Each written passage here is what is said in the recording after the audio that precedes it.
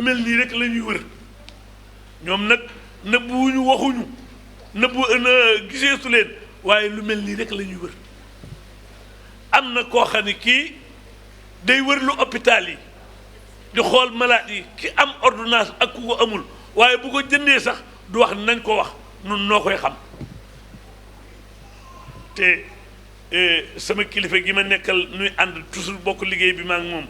ci lu mel ni dañ ciy liggéey muy Alaaji Bougane Gueye Dany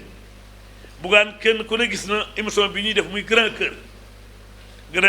liñ ciy faj ak liñ ciy taxaw ak liñ ciy dimbali te junni yu mel ne moom a ngi ci dëkk bi te xamuñu leen ñooñu te lii dong la ñu bëgg a dégg ba def ci seen loxo mu ñu yàlla baaxal xam naa sax bugguñu ko waaye man damay tudd seen i tur ku mel ne Abdoulaye Dia Sonico ku yàlla baaxal la kuy def lii la ku mel ne Moustapha Ndiaye ak ñu ko wër ku mel ne jëwriñ Mbàkke yu fay ñoom ñëpp danaa fexe ànd ak yéen bu lii jàllee ma toog ak yéen nu réunion def délégation ma ànd ak yéen ñu fëgg seeni bunt toog ak ñoom ñu yëkk seen loxo def ko ci parce que lii nag mat naa jàppale mat naa dimbali te doomu aadama yi ñooy tooba yàlla xam nga tooba li ñuy bayee doomu aadama yi ñooy tooba yàlla boo bëggee loo ji mu sax defal ci tooba gi te fexe ba te tabax yi te pax mee ko gën wata yii tabax yépp titre négandiku la bàmmeel mooy titre foncier loo fa dawalul doo ko fekk te am na nag ñuy jënd titre foncier foofa te ñi ngi ci dëkk bi te baax lool nun noo leen xam noo leen di fekk seeni saal fekk leen seen néeg wala ñu cas mbay peex ban kaa moom ngeen ko diw de mbokk la mat naa dimbali de xam naa de ku ci defoon sa alal mu ni ñëwal ma yónni la ca moom doo ko gis sax ñooñu nag ñi ngi fi te lii ngeen def sémbal ko xale yi ñu war leen a faj war leen a jàppale war leen a dimbali ñooñu mën nañ ko te dinaa ànd ak yéen ñu def ci seen loxo lii daal professeur laa ne woon naa ñëw indil leen ko bis na ko tey nag bokk naa danaa jël leen samay numéro fu ngeen ma woo dinaa ñëw incha allah bu neexee yàlla bokk naa Alors, je suis le professeur Indou Demli, je suis pédiatre, spécialiste en immunohématologie pédiatrique et je suis le médecin coordonnateur de l'unité de soins ambulatoires pour enfants et adolescents drépanocytaires. Dans cette unité, nous avons également une consultation de prise en charge des enfants qui sont atteints de ces affections qu'on appelle des déficits immunitaires primitifs, mais dont le nom a changé, le nom est devenu erreur innée de l'immunité. Et donc aujourd'hui, nous sommes réunis pour célébrer la semaine internationale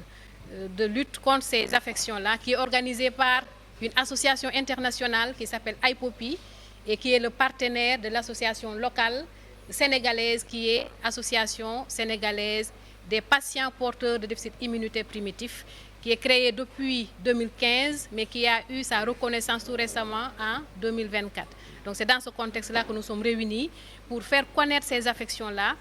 aider les professionnels de santé à faire le diagnostic rapidement et contribuer à améliorer la qualité de la prise en charge de ces enfants.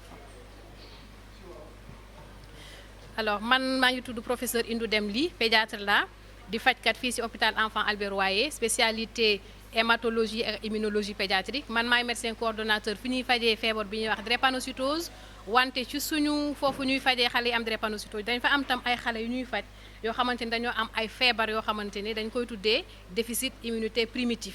tur bi nag soppeeku na léegi dañuy wax erreur innée de l'immunité. Donc tey jii li ñuy fi teewloo mooy dafa am ci àdduna wërngal kap benn semaine internationale boo xamante ni dañ ko jaglee feebar yooyu. Sénégal nag am ci benn association boo xamante ne ñu ngi ko taxawal depuis 2015 mu doon dox ay jéego ba am reconnaissance boobu association lëkkaloo ak association internationale bi nga xamante ne moom moo lëkkaloo lépp association ci àdduna bi di célébrer nag journée bi tey objectif bi mooy fexe ba fajkat yi xam feebar bi ñu jéem a xool tam naka la ñuy def ba gën a yombal faj bi parce que faj bi xaw na diis lool ci xale yi ak ci seen waajur yi. Association. Dont le pionnier, c'est bien sûr professeur Tandakha Dièye. Le 15 mars 2019, toujours au niveau du Centre national de transfusion sanguine, nous avons élu le bureau de l'ASDIP. Toujours 2019, nous avons élaboré le statut et le règlement intérieur. Ceci, c'est dans le but d'avoir une reconnaissance officielle de l'association. On a eu à faire donc beaucoup de démarches entre 2019 et 2024 pour avoir le récépissé de dépôt au niveau du ministère de l'Intérieur. Et permettez-moi de s'arrêter un peu, de saluer en tout cas Dr Mam Sokhna qui nous a beaucoup appuyé dans les démarches pour l'obtention du récépissé. Voilà, elle a eu donc à faire beaucoup de démarches et de plaidoyer pour qu'on puisse obtenir ce récépissé. Bien sûr, avec l'encadrement du professeur Tandakha Dièye et de Dr Indou Demli. Donc, ce qui fait que c'est le 2 mai 2024 que nous avons eu la reconnaissance au niveau national. Donc, on a maintenant un récépissé de dépôt. Alors, mais avant 2024, depuis 2019 jusqu'en 2024 quand même, on était membre de l'association internationale des patients vivant avec le déficit immunitaire primitif. Cette association internationale est dénommée AIPOPI. Nous étions observateurs, mais actuellement, depuis le 18 octobre, nous sommes membres de cette association.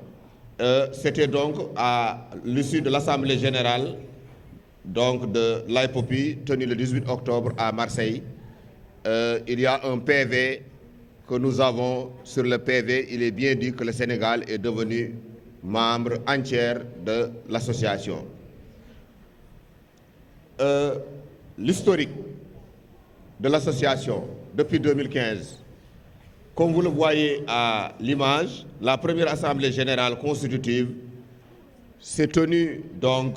le 26 février 2015 au Centre national de transfusion sanguine. Vous voyez le professeur Ousmane Ndiaye, le professeur Tandakha Dièye et d'autres partenaires qui étaient là pour appuyer un peu la mise en place de l'association. Première assemblée générale constitutive s'est tenue le 26 février 2015 au Centre de transfusion sanguine pendant la 6e A-Project Sénégal. Le professeur l'a rappelé tout à l'heure à l'entame de son discours. Là également, vous voyez les professionnels de la santé, mais aussi il y avait quelques membres de l'association. Ensuite, il y a aussi la première assemblée générale constituée de 2015. Il y avait la présence des parents des patients, mais également les patients eux-mêmes qui étaient à l'assemblée générale constitutive. Tout ça, c'est en 2015.